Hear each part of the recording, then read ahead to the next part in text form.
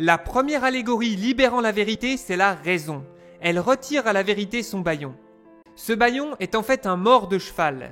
Un mors de cheval, c'est un morceau de métal que l'on met dans la bouche du cheval et qui lui appuie sur la langue. Ça permet à celui qui est sur le cheval de pouvoir le diriger avec les brides, qui sont aussi dessinées. La vérité semble d'ailleurs s'essuyer la bouche, libérée du mors qui l'empêchait de parler.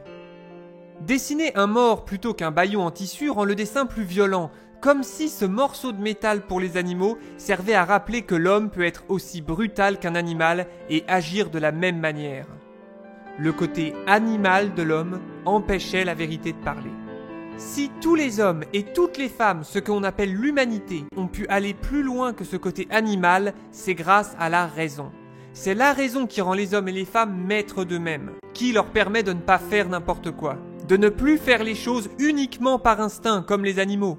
Et c'est pour ça que la raison porte une couronne, car elle est souveraine, c'est-à-dire au-dessus du reste. C'est aussi pour ça qu'elle est la plus proche de la vérité sur le dessin, car la raison est aussi celle qui fait le plus de choses pour libérer la vérité, en lui retirant son mors, mais aussi son voile. La raison veut que la vérité puisse parler, et soit toute nue pour qu'elle puisse éclairer le plus possible, vu que son corps fait de la lumière. C'est la lumière de la vérité.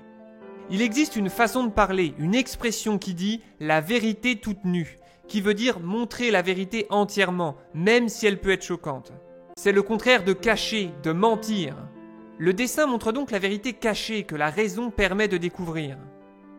La place de la raison rappelle que le dessin en entier est aussi une allégorie, qui représente une autre page de l'encyclopédie. Cette page est celle où sont rangées les connaissances de l'humanité. C'est le classement des connaissances humaines.